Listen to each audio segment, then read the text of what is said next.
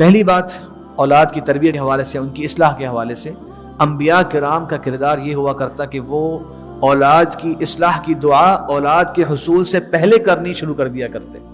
اللہ تعالیٰ نے قرآن مجید میں بعض انبیاء کرام کی دعاؤں کا ذکر کیا۔ حضرت ابراہیم کی دعا رب ہب لی من الصالحین، ہمارے ہاں تو اگر شادی ہو جائے، رشتہ ہو جائے تو سب سے پہلی بات یہی شروع ہو جاتی ہے گھر کے اندر کہ بھائی اولاد کب ہوگی، اولاد کب ملے گی، بیٹا کب ملے گا، ٹھیک ہے، ہمارے گھر میں خوشیاں کب آئیں گی۔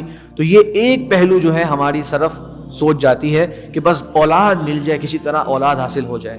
انبیاء کرام کی سیرت میں آپ کو کبھی ایسی دعا نہیں ملے گی قرآن مجید میں جس میں انہوں نے صرف اور صرف خالی اولاد کی خواہش کی۔ ہمیشہ ایسی صفت ساتھ شامل رکھی جس میں اس کا نیک ہونا، اس کا پاکیزہ ہونا، اس کا آنکھوں کی ٹھنڈک ہونا شامل فرمایا۔ تو رب ہب لی من الصالحین، اے اللہ مجھے نیک وکار اولاد عطا فرما۔ حضرت زکریا کی دعا رب ہب لی من لدنک ذریۃ طیبہ انک سمیع الدعاء، کہ اے میرے رب مجھے اپنی طرف سے نیک اور پاکیزہ اولاد عطا فرما، تو یقیناً دعاؤں کو قبول کرنے والا ہے۔ یرثنی ویرث من آل یعقوب واجعلہ رب رضیہ، یہ انبیاء کرام کی دعا ہے کہ اللہ ایسی اولاد ہو جو واقعی یہ وراثت جو تھی، نبوت کی وراثت، اس کو سنبھالنے والی ہو، اور یا اللہ اس کو ایسا بنانا جس سے تو راضی ہو، جس کے اعمال سے یا اللہ تو خوش ہو۔ یہ ان کی دعا کب شروع ہو جایا کرتی؟ جس وقت اولاد ملی ہی نہیں، اور اولاد کے ملنے کے بعد بھی اللہ تعالیٰ نے ان اولاد کے نیک ہونے کی وجہ سے اس گھر میں برکت کا ذکر فرمایا۔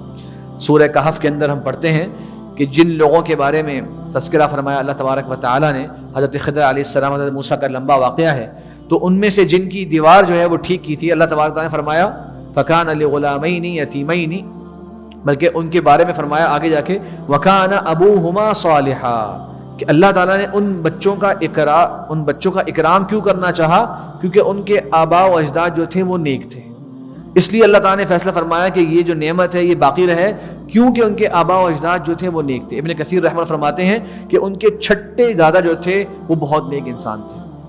تو اولاد کی نیکی ہونے کا اثر جو ہے وہ اولاد کے بعد بھی جاری رہتا ہے۔ چھٹے دادا کی نیکی جو ہے وہ کس کے کام آئی؟ چھٹے پوتے کے کام آئی۔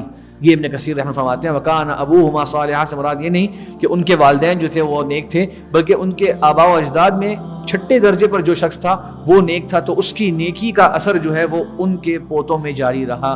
یہ ہے نیک اولاد کی تربیت کے اثرات۔